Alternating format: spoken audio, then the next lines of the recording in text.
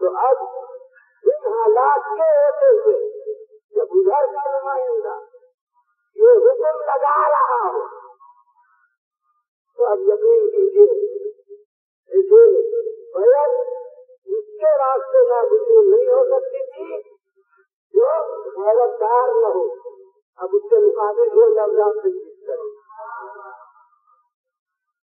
اور اب یہ واقعہ کربلا ان کے لیے نہ گزر نہیں ہو سکتا تھا جو علی ایسے بات کا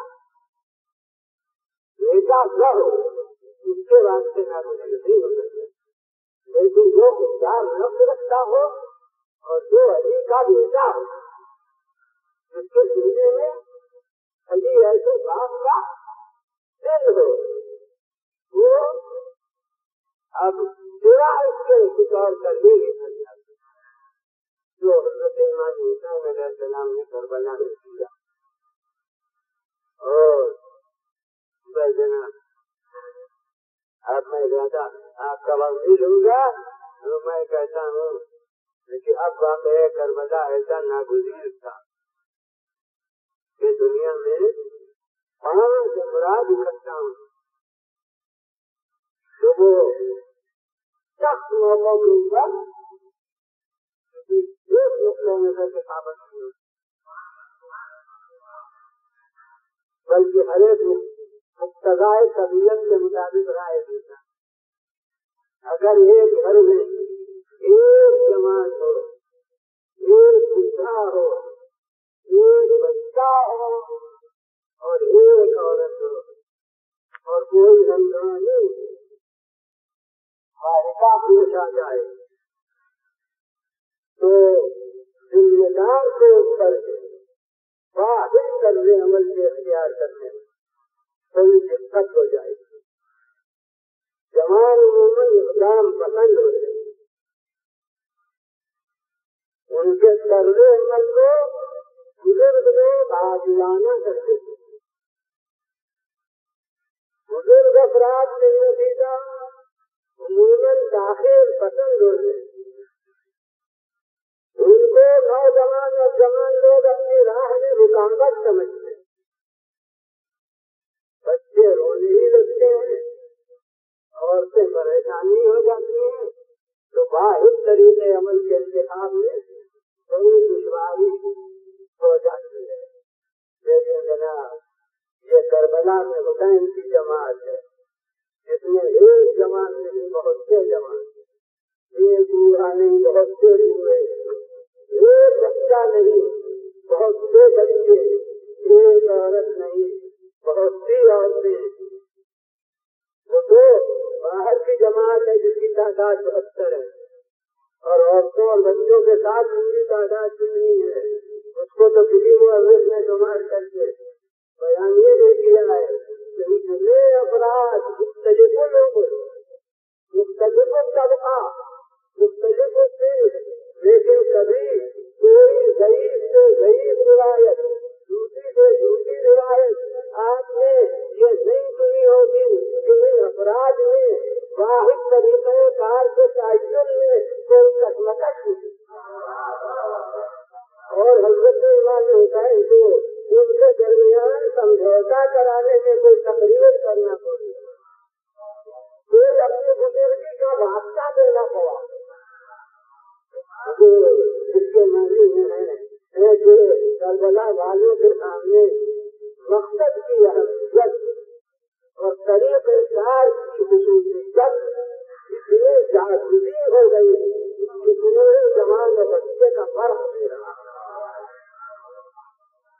اور کبھی میں اس کو یوں کہہ چکا ہوں اور لکھ چکا ہوں کہ یہ حسین کی تربیت کی جاری خصوصیت نظر آتی ہے کہ لوگوں کے خون کی گرمی بڑھا کر جوانوں کے نمائند بنایا جوانوں کے جو لے آئے ہوئے خون میں اعتدال قائم کرتا لوگوں کے ساتھ چلنے کا تدبر پیدا کیا اور بچوں میں استحکام پیدا کیا ہے عورتوں میں سماج نظر پیدا کیا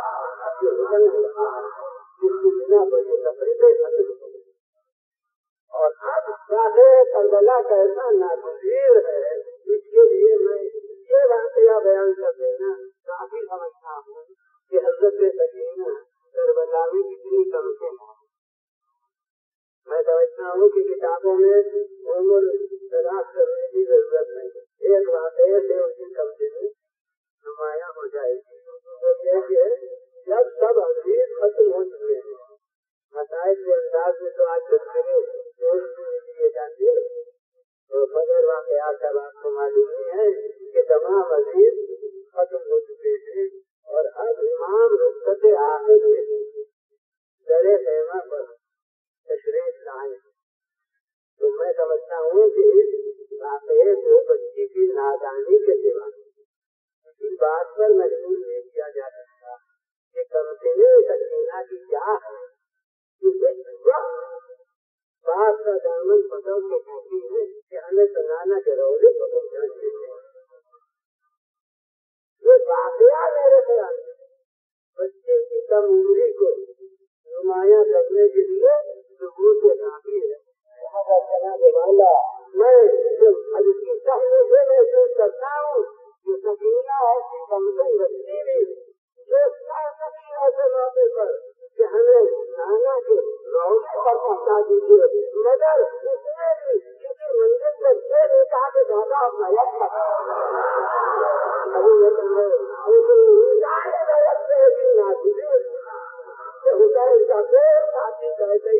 بچہ اس کے خلاف کچھ سوچ نہیں سکتا. اب اس کے بعد آپ اس تمام بیانات کے بعد جو جواب چاہے تو کرے کے واقعے کربلا نازل youtube.com کے لیے مہاکوی مرزا جمال کی پیشکش.